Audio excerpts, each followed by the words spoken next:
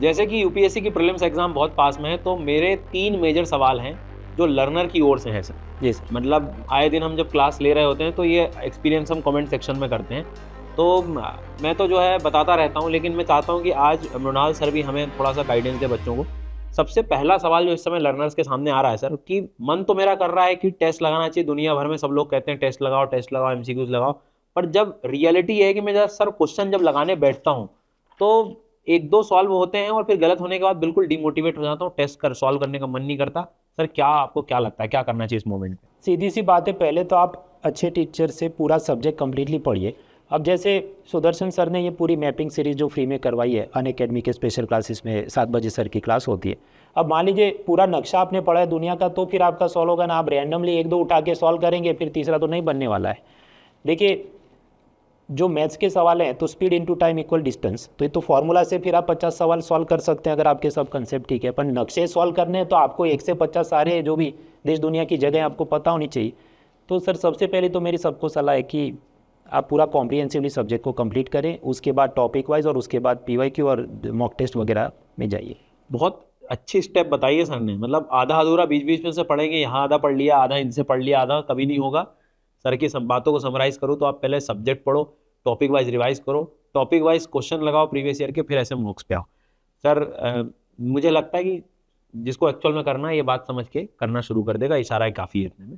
Sir दूसरा एक सवाल है, रिवीजन का भी वही समस्या है इनकी, कि जब मैं पूरा सब्जेक्ट आगे तक पढ़ लेता हूँ, जैसे मान लो इकोनॉमी की बात कर लो या ज्योग्राफी की, तो एंड तक आते-आते हम लोग लास्ट में आते-आते पूरा सब्जेक्ट पढ़ते-पढ़ते पुराना जो है ऐसा लगता है भूलने लगा हूँ।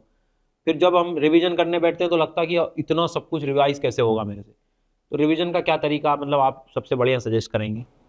जैसा सर आप अपने क्लासेस में भी बताते हैं, ये रेनबो चार्ट मत बनाओ कि दिन में 7 विषय करने हैं और फिर उसको रिवाइज करेंगे, खिचड़ी हो जाएगी। सब्जी रोटी दाल चावल क्या है, ज्योग्राफी और एनवायरनमेंट, मतलब एक चीज़ हिस्ट्री पॉलिटी इकोनॉमी, और 5वां सी सेट, ये सब पे आपकी पकड़ होनी चाहिए।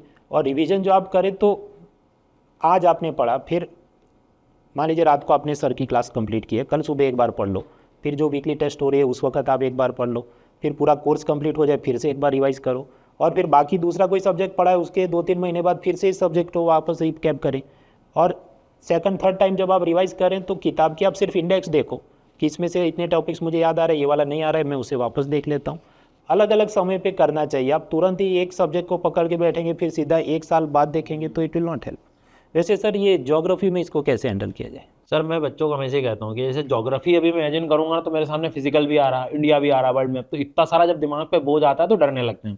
तो मैं तो कहता हूँ तुम सब छोड़ दो, सिर्फ 3 टॉपिक स्टार्टिंग याद करो कि लैटिट्यूड, लॉन्गिट्यूड और सीजनैलिटी। आज इसका रिवीजन करो, कल नेक्स्ट डे उठो अर्थ का इंटीरियर, प्लेट टेक्टोनिक, ये कॉन्टिनेंटल ड्रिफ्ट, फिर तीसरे दिन उठो, फिर अगले 2-3 टॉपिक। ऐसे करते करते आप 7 दिन में 21 टॉपिक कर लोगे। नहीं तो 7 दिन ऐसे निकलते जाएंगे, मेरा ज्योग्राफी कैसे होगा कैसे होगा।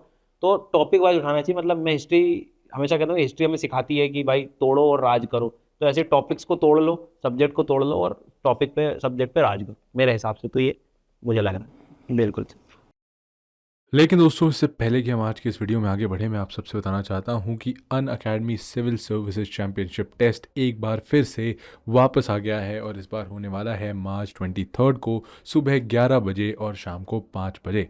और दोस्तों, यहाँ पर आप पार्टिसिपेट करके जीत सकते हैं अप टू 100% की स्कॉलरशिप अनअकैडमी के सभी कोर्सेज पे, और साथ ही बहुत सारे एक्साइटिंग रिवॉर्ड्स जैसे कि IPL box ticket, iPads, Samsung tablet, smart watches और भी बहुत कुछ। इसके साथ ही दोस्तों, अगर आप सीरियस हैं यूपीएससी के लिए तो ये है बेस्ट मौका यूपीएससी की तैयारी करने का, क्योंकि अभी अनअकैडमी का 15 महीने का यूपीएससी सब्सक्रिप्शन अवेलेबल है मात्र 22,999 रुपए में एट फ्लैट 60% डिस्काउंट। और दोस्तों, ये वही कोर्स है जिसने यूपीएससी सीएससी 2023 में 70+ सिलेक्शंस दिए थे और जहाँ पे जीएस, सीसैट और टेस्ट सीरीज इन सब का एक्सेस मिलता है आपको। तो बिल्कुल ना भूलिए दोस्तों यूसीएससी में एनरोल करना, और अगर आप प्रिपेयर कर रहे हैं यूपीएससी के लिए तो अनअकैडमी का यूपीएससी सब्सक्रिप्शन लेना।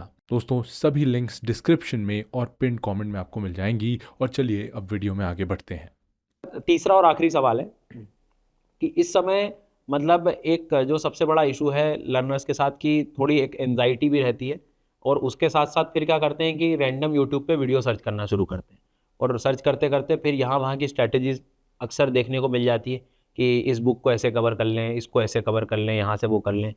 मतलब कितने प्रिपरेशन में इन सब चीज़ों का योगदान कितना है बेसिकली, इस समय क्या करना चाहिए? सर डॉक्टर पे श्रद्धा होनी चाहिए, डॉक्टर की दवाई पे श्रद्धा होनी चाहिए।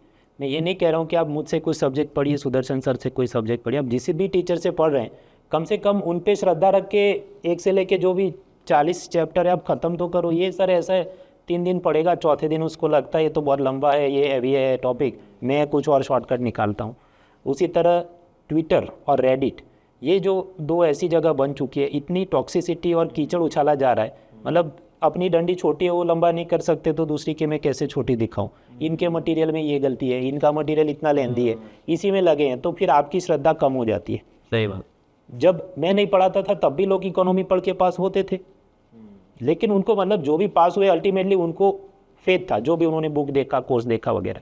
तो मेरी तो ये सलाह है कि आप डॉक्टर पे और उसकी दवा पे यकीन रखें। हाँ मतलब क्योंकि आज के टाइम में मुझे लगता है वो फेमस होने की दौड़ में ना हर कोई नए नए पैंतरे अपना रहा है मेरे हिसाब से। जी सर। और उसमें दुख बस इसी बात का है कि जो नए लर्नर्स है वो भटक जाते हैं, क्योंकि जो पढ़ा है, जो एक्सपीरियंस किया है, उसको तो तुम नहीं हिला सकते इतनी जल्दी, उसे पूरा भरोसा है। बट जो नए छात्र हैं तो आपको इस चीज़ का ध्यान रखना होगा। सो सर धन्यवाद, ये 3 मुझे बहुत महत्वपूर्ण चीज़ लगी थी जो इस समय एग्जाम के पहले ध्यान में रखना है। तो मैं समराइज़ कर देता हूँ, टेस्ट लगाना है, भले ही ना मन करे पर लगाओ, बहुत ज़रूरी है। टॉपिक वाइज लगाओ, अच्छे से लगाओ, पूरा कॉम्प्रिहेंसिव पढ़ के लगाओ, सर का जैसा कहना था। रिविजन टॉपिक वाइज करो, बहुत ही ज़्यादा इंपॉर्टेंट चीज़ है, नहीं तो बिना उसके काम नहीं बनेगा। PYQs अच्छे से सॉल्व करो। और तीसरी इंपॉर्टेंट बात, यहाँ वहाँ की बातों में इतनी जल्दी नहीं आना है। जो आप देखो, जो समय से इतने अनुभव से आपको सिखाने का प्रयास कर रहे हैं, उन पर थोड़ा भरोसा रखो, सारी चीज़ें अच्छी होंगी। बाकी आप चैनल के डिस्क्रिप्शन में सारी लिंक्स देख सकते हैं, सर के चैनल पर भी जाके आप इकोनॉमी को समझ सकते हैं, पढ़ सकते हैं। Let's crack it.